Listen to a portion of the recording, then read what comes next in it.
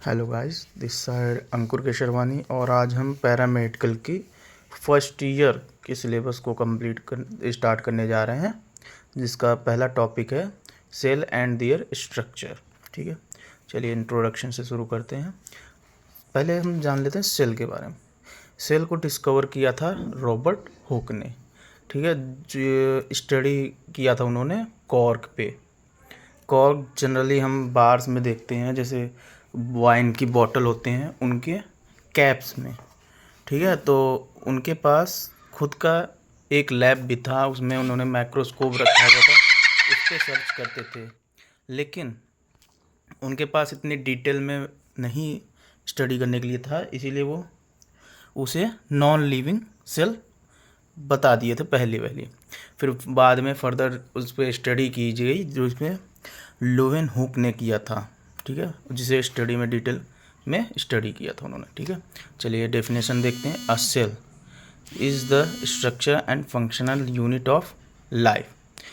अ cell एक structure यानी कि किसी भी बॉडी का structure and fundamental unit of life, उसके वर्किंग की यूनिट की लाइफ में जो भी लिविंग नॉन लिविंग में होती हैं थिंग्स, उसमें एक सेल ज़रूर होता है। जैसे हमने बताया, Robert Hooke was the first biologist who discovered cells. ठीक है, a cell consist of small membrane bound compartments that contain all the chemicals and molecules that help to support an organism's life. All living organisms are composed of cells. हर एक living, non living हो या living हो, दोनों cell से ही बनी हुई हैं।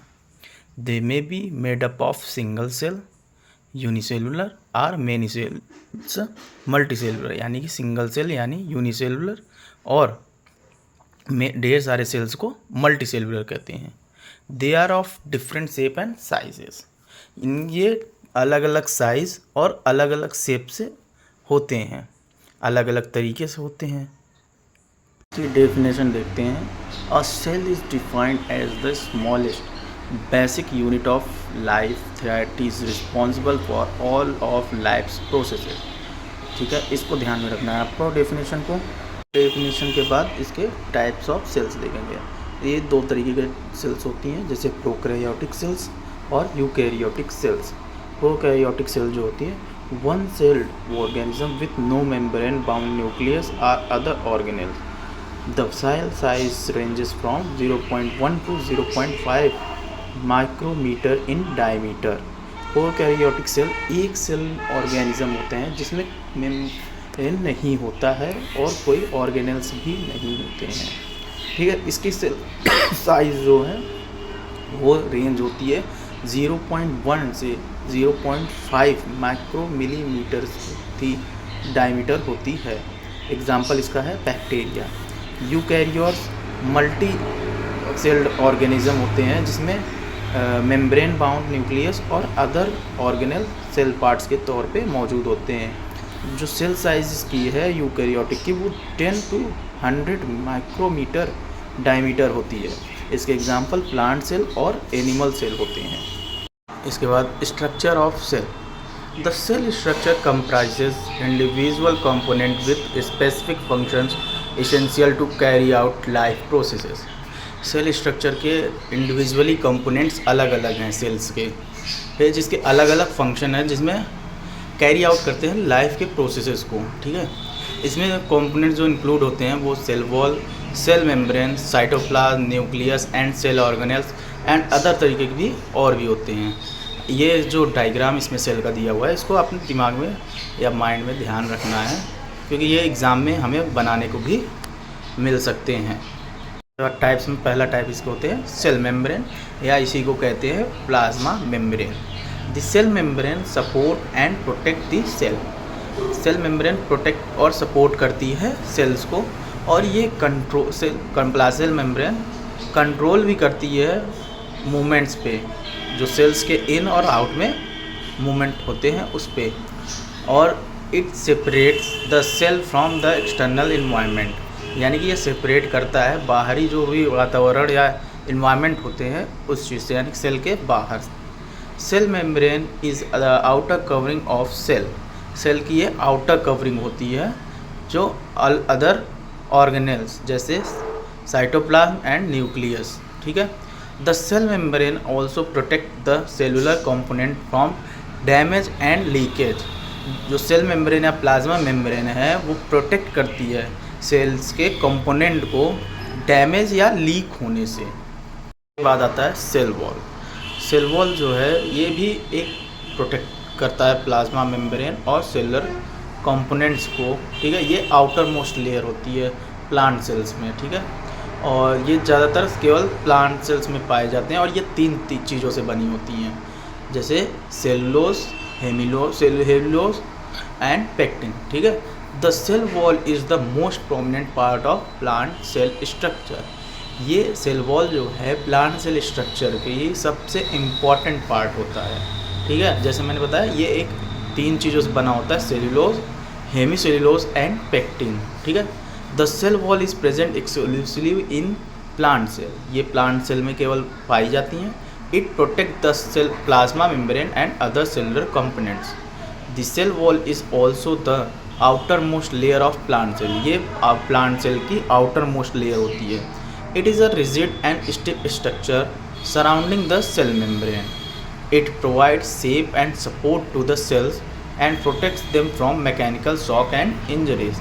ये shape और support करता है cells को, protect करता है मैकेनिकल शॉक्स और इंजरीज से। यानी के बाद आता है साइटोप्लाज्म। साइटोप्लाज्म जो है वो थिक, क्लियर और कुछ जेली सब्सटेंस से बना होता है जो कि सेल मेम्ब्रेन में होता है, ठीक है। जैसे the cytoplasm is a thick, clear, jelly like substance present inside the membrane. Most of the chemical reactions within a cell takes place in this cytoplasm. Cell से रिलेटेड कुछ reactions भी होती हैं सेल्स के अंदर, तो वो cytoplasm में होता है। The cell organelles such as endoplasmic reticulum, mitochondria, ribosomes are suspended in the cytoplasm. Cytoplasm कुछ और भी अंदर पार्ट होते हैं जो कि होती है एंडोप्लाज्मिक रेटिकुलम। एंडोप्लाज्मिक रेटिकुलम जो होता है ये एक नेटवर्क चैनल की तरह होता है साइटोप्लाज्म में, जो कि एंडोस्केलेटन और साइटोप्लाज्म कहलाता है। और ये एक ट्यूब लाइक स्ट्रक्चर होती है और प्रेजेंट होता है साइटोप्लाज्म में, ठीक है। ये दो तरीके के होते हैं, रफ एंडोप्लाज्मिक रेटिकुलम और smooth endoplasmic reticulum. Rough endoplasmic reticulum जो होता है वो अटैच होता है रफ एंडोप्लाज्मिक रेटिकुलम से, और ये प्रोटीन सिंथेसिस होती है जो स्टोर्ड करता है और सपोर्ट करता है सेल्स के बाहर। और इसकी जो सरफेस होती है वो रफ होती है। और स्मूथ एंडोप्लाज्मिक रेटिकुलम जो है वो अटैच नहीं होती है स्मूथ एंडोप्लाज्मिक रेटिकुलम से, ठीक है। और ये स्ट्रक्चर जो होती है इसकी सरफेस स्मूथ होती है, ठीक। उसके बाद माइटोकॉन्ड्रिया। माइटोकॉन्ड्रिया को ही हम power house of the cell कहते हैं। ये याद रखना, power house of the cell कौन सा होता है? माइटोकॉन्ड्रिया। ये फिलिंग द ब्लैंक्स में भी पूछे जा सकते हैं। इसमें जो है डबल मेम्ब्रेन स्ट्रक्चर होता है और यही रिस्पॉन्सिबल होता है जो कि सेल में एनर्जी को प्रोडक्शन करने में ये एरोबिक रेस्पिरेशन होता है। इसके बाद आता है राइबोसोम्स, ठीक है। ये दो तरीके के होते हैं, 70S राइबोसोम्स और 80S राइबोसोम्स। 70S राइबोसोम जो है वो प्रोकैरियोटिक सेल्स में पाए जाते हैं, ठीक है, और माइटोकॉन्ड्रिया में भी पाए जाते हैं। और ये दो उसमें यूनिट्स में डिवाइड होते हैं, 30S यूनिट एंड 50S सब यूनिट्स, ठीक है। 80S राइबोसोम्स जो होते हैं वो यूकैरियोटिक सेल्स होते हैं। ये 40S और 50S सब यूनिट्स में डिवाइड होते हैं। इसके बाद न्यूक्लियस। न्यूक्लियस जो होता है वो सराउंडेड होती है न्यूक्लियर एनवेलप से और सेपरेट करती है डीएनए को रेस्ट बाकी जो सेल्स होती हैं उनसे, ठीक है। The nucleus contains the hereditary material of the cell, the DNA. DNA जो होती है वो एक हेरिडिटरी मटेरियल होती है, इसी तरह न्यूक्लियस भी एक हेरिडिटरी मटेरियल की तरह काम करता है, ठीक है। It send signal to the cells to grow, mature, divide and die, ठीक है। The nucleus protect the DNA and is an integral component of a plant cell structure. जो न्यूक्लियस है वो प्रोटेक्ट करती है डीएनए को, और जो प्लांट सेल स्ट्रक्चर में संपूर्ण नहीं होती है कंपोनेंट्स, उन्हें कंप्लीट करती है ये। इसके बाद आता है गोल्गी एपरेटस, या इसी को हम गोल्गी बॉडी भी कहते हैं। ये इसको storage house of the cell कहते हैं। याद रखिएगा, फिलिंग द ब्लैंक्स एमसीक्यूज में पूछे जा सकते हैं। Storage house of the cell Golgi apparatus, ये हीट प्रोड्यूस करता है न्यूक्लियस को और सिक्रीट करता है पॉलीसैकेराइड्स, ठीक है। The Golgi apparatus is a series of flattened sacs usually called at the edges. एक गोल्गी एपरेटस एक सीरीज में होते हैं, सीरीज मतलब आप समझ रहे हो लाइन से, ठीक है। वो एक फ्लैटेंड सैक्स पे होते हैं, जो कि उसका जो एज होता है गोल्गी एपरेटस का वो कर्ल्ड होता है, ठीक है, गोली आकार में कर्ल्ड नीचे से होता है। In the Golgi body the cell's protein and lipids are processed and packaged before being sent to their final destination.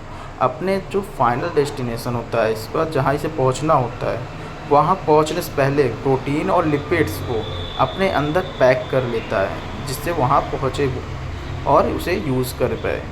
To accomplish this function, the outermost sac of the Golgi body often bulges and breaks away to form drop-like vesicles known as secretory vesicles. बाद आता है lysosome.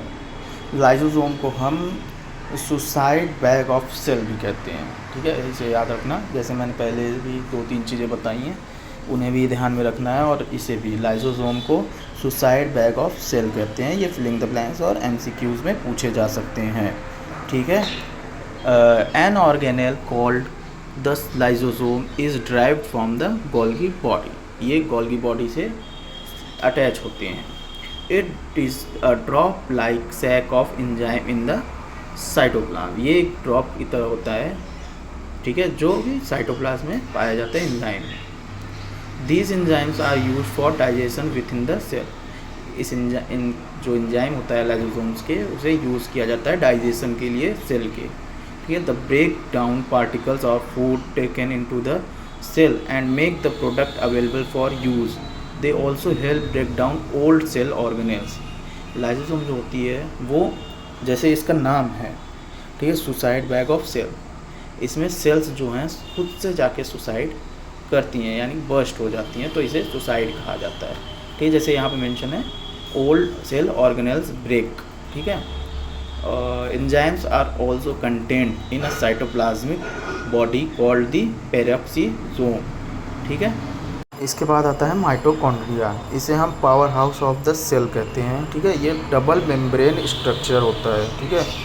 ये responsible होता है energy के production करने में, और ये एरोबिक रेस्पिरेशन होता है, ठीक है। The organelle that releases quantities of energy to form adenosine triphosphate is the mitochondrion, ठीक है। ये एडिनोसाइन ट्राइफॉस्फेट बनाने में क्वांटिटीज़ ऑफ एनर्जी को, मतलब ढेर सारी एनर्जीज को रिलीज़ करता है, ठीक है। जैसे मैंने पहले ही बताया, mitochondria are involve in energy release and storage, they are called power house of the cells. इसके बाद आता है सेंट्रियोल, ये एक सिलेंड्रिकल स्ट्रक्चर होता है जो कि पेयर्स में पाए जाते हैं, ठीक है। सेंट्रियोल जो फंक्शन है इसका, वो सेल डिविजन्स में काम करता है। थैंक यू गाइस, होपफुली आपको चैप्टर समझ में आया होगा और पढ़ने में अच्छा भी लगा होगा। Please like, share and subscribe. अगर कोई आपको कम डाउट है तो आप कमेंट बॉक्स में कमेंट कर सकते हैं, और ये भी कमेंट कर सकते हैं कि आपको अगला कौन सा चैप्टर पढ़ना है। And please subscribe the channel, और हमारे टेलीग्राम चैनल को भी ज्वाइन कर सकते हैं नोट्स और PDF के लिए। Thank you guys.